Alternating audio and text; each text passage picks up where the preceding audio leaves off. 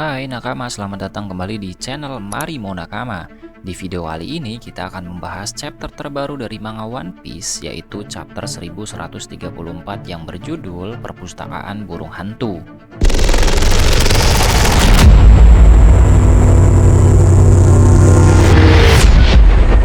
Seperti biasa, banyak hal menarik dan mengejutkan yang terjadi di chapter ini, di mana di akhir chapter menampilkan sosok yang sangat mirip dengan Shanks dan terungkap bahwa Vegapunk Stella masih ada.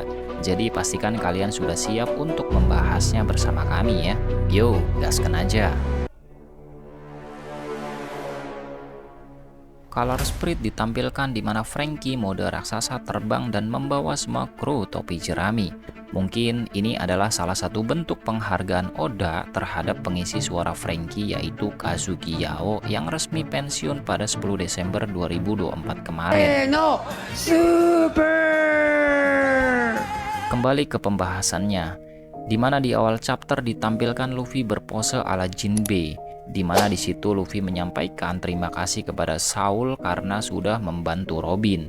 Di situ, kru terlihat kaget dengan ucapan Luffy. Belum selesai memperkenalkan diri, Robin memotong perkataan Luffy dan langsung menyebut kalau ini adalah Luffy.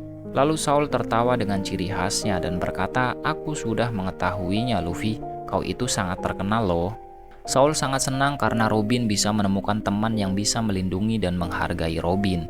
Di situ terlihat para kru sangat bersedih dan berkata, "Aku akan melindungimu seumur hidup Robin." Saul yang sangat senang dengan kedatangan kru Mugiwara berterima kasih karena sudah melindungi Robin dan jauh-jauh datang ke Elbaf, di mana sebelumnya kru Mugiwara datang. Sebenarnya Saul sudah belajar akting bersama asistennya. Tiba-tiba Lilith menghampiri Saul dan berkata, "Hai Saul, ini aku." Respon Saul, "Kamu siapa ya? Aku tidak mengenalmu. Ditambah kenapa kau bisa terbang?" Lilith pun menjawab, "Aku Vegapunk." Lalu Saul pun kaget.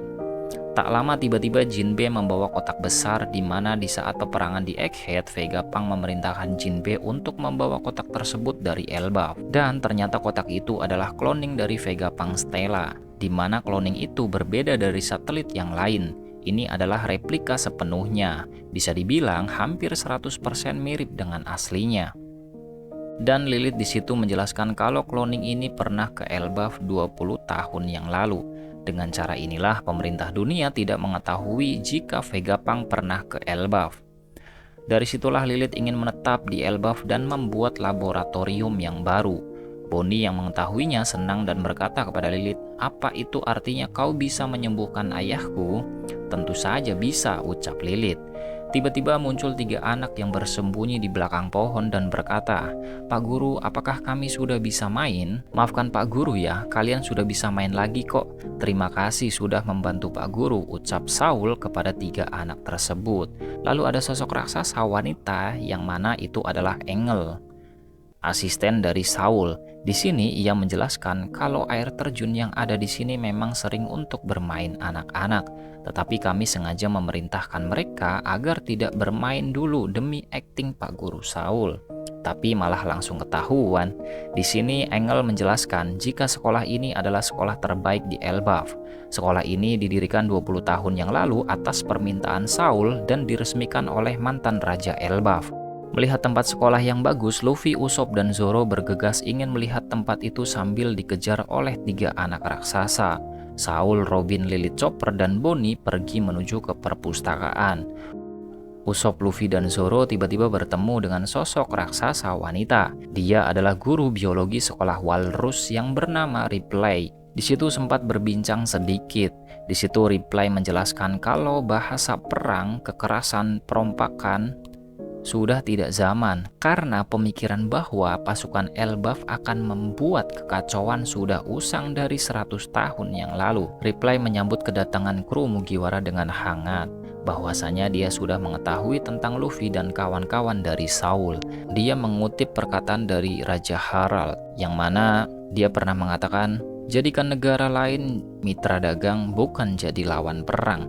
Dia mengatakan itu sambil berdebat dengan tetua desa lain yang masih mengutamakan tradisi, di mana di situ menjelaskan bahwasannya Raja Harald ini lebih mengutamakan perdagangan ketimbang harus berperang. Usopp sempat kaget mendengar nama Raja Harald di situ. Ange menjelaskan bahwa dulu Raja Harald adalah sosok raja hebat yang pernah mencoba mereformasi negara ini. Namun sayang beliau dibunuh anak kandungnya sendiri sebelum mewujudkan impiannya. Mungkin yang disebut di sini adalah Pangeran Loki ya. Setelah itu negeri ini tidak mau mengakui anaknya sebagai penerus tahta. Karena itulah sampai saat ini Elbaf tidak memiliki raja. Ripley pun menghentikan perbincangan Ange tentang sejarah dan menyuruh para anak-anak untuk mengantarkan para kru melihat sekolah ini. Tetapi Ripley sedikit penasaran dengan wujud putih dari Luffy dan mengatakan kepada Luffy, "Kapten, apakah kau tidak berkenan memperlihatkan wujud putih itu kepada aku? Padahal aku sangat ingin melihatnya." "Ah, itu adalah wujud kebebasan milikku," ucap Luffy. Dalam legenda Elbaf ada seorang prajurit yang memiliki wujud itu. "Jujur, jika hatiku sangat berdebar saat melihatnya, karena kami adalah generasi terakhir di negeri ini," ucap dari Ripley. Lalu panel cerita beralih ke Saul, Robin, Chopper, Lilith, dan Bunny, di mana mereka sudah sampai di depan gerbang perpustakaan burung hantu. Di situ, Saul menjelaskan di mana ia saat sampai di Elbaf itu dalam kondisi yang hampir mati. Kalian pernah ingat nggak cerita Saul yang pernah dibekukan oleh Aokiji dan kondisinya itu sangat memprihatinkan saat mencapai ke Elbaf? Nah, setelah sudah di Elbaf, Saul yang khawatir tentang buku-buku yang ada di Ohara akhirnya meminta bantuan kepada Hajrudin dan kawan-kawan untuk kembali ke Ohara. Sesampainya di sana, Saul langsung menangis karena melihat buku-buku kecil yang berhasil diselamatkan. Saul pun mempersilahkan Robin dan yang lain untuk masuk ke perpustakaan. Sebelum masuk, di situ Saul mengingatkan agar berhati-hati kepada buku yang Robin pegang. Robin agak sedikit aneh dan bertanya-tanya dengan perkataan Saul itu.